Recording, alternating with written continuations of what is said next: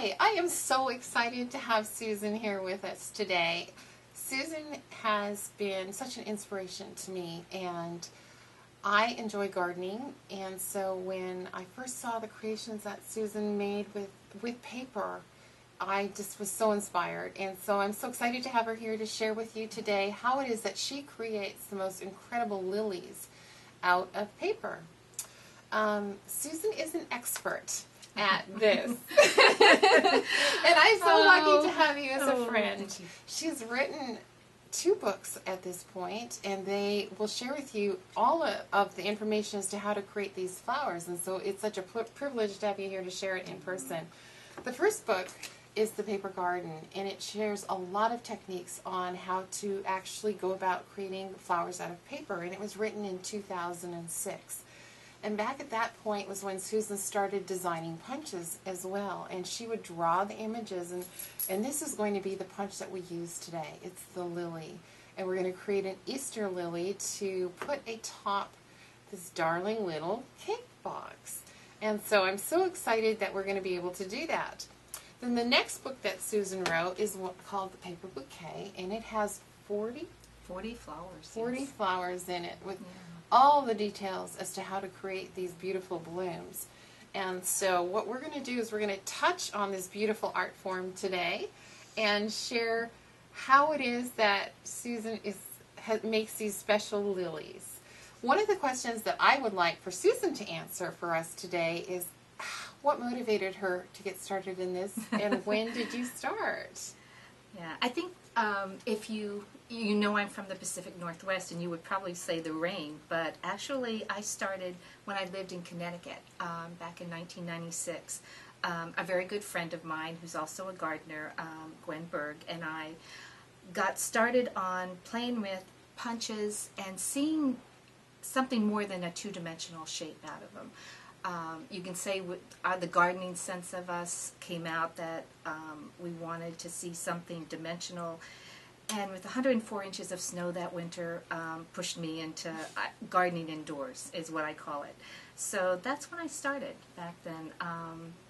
Gwen had actually done some things, had taught in a store that I frequent, and got hooked on it, and we just started meeting together, and the inspiration. Now I moved here in 2001, and so I've actually, not having my friend with me, I had to go further and seeing flowers really develop from my gardening and noticing them, because actually flowers bring a lot of peace to me. That you look at their detail and their wonderment of the colors that you see in your garden, and that's what I strive to create, is something that you can recognize, that you've either gotten as a bouquet from a special someone, or you grow these flowers yourself. And so that's how I got started. Thank you so much, Susan. You're going to notice the green thumb, because she actually has a green thumb, and we're going to show how we color our fingers to be green sometimes too. So what we're going to do is we are going to be right back and get focused in on getting started. So getting started, let's go over a few supplies you'll need for this.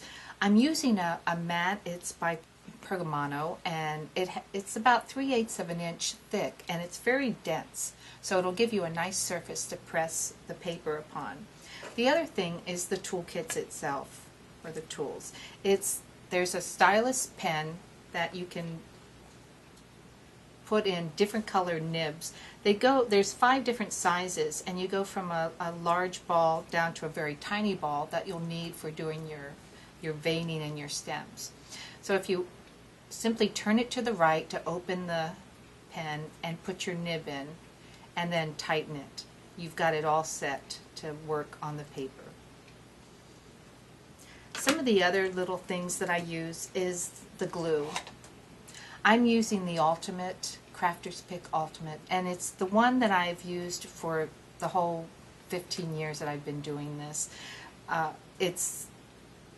It dries quickly, it dries clear, and will set up your flowers in probably about 5 minutes. They'll go clear in about 30 minutes. So it's real important to have a good glue with a nice viscosity that will give shape to your flowers.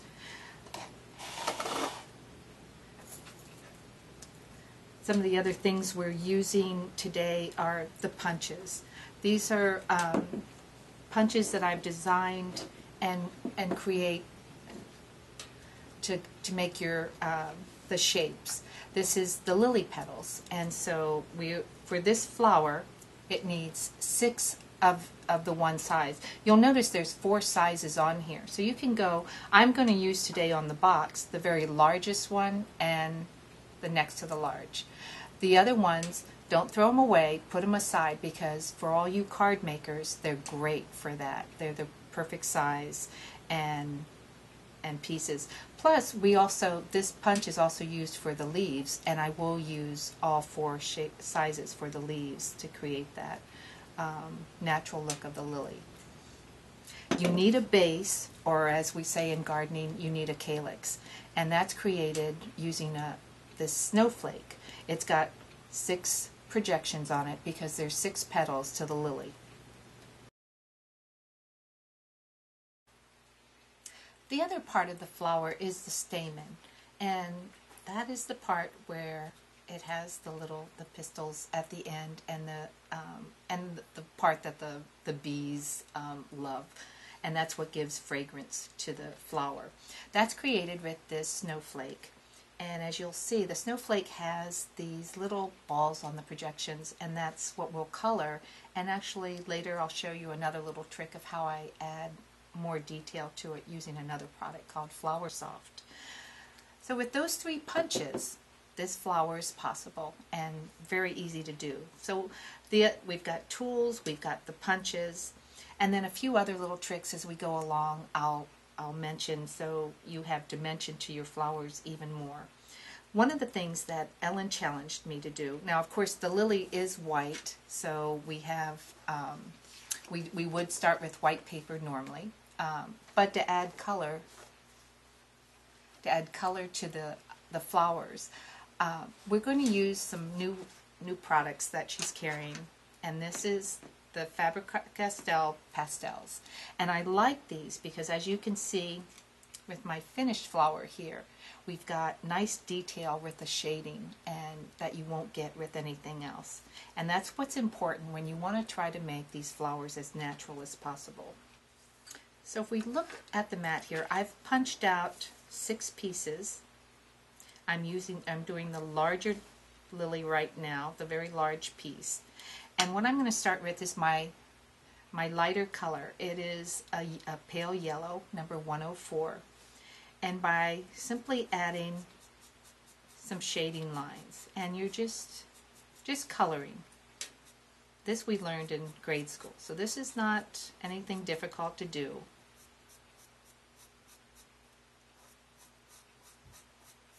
And then what I like to do is take a blending pad and just add a little bit of pushing the color around, giving it that pale yellow color that you see down the center of the lily.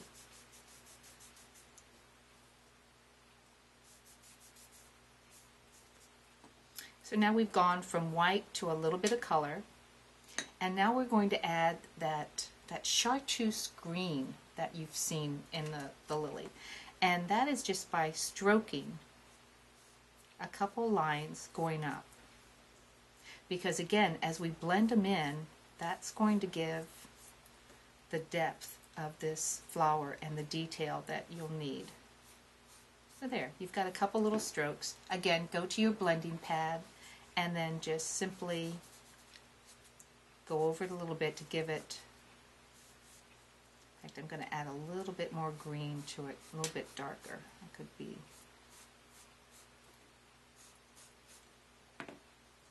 because you do want to notice that. That'll be part of the center, and you'll just, as you're looking down to the flower there, have that nice chartreuse green. Now we're moving over to the mat to shape these. There are 5 different techniques that I use and that I've come up with. Using the large ball of the stylus, and I simply, as I did, open it up and change them.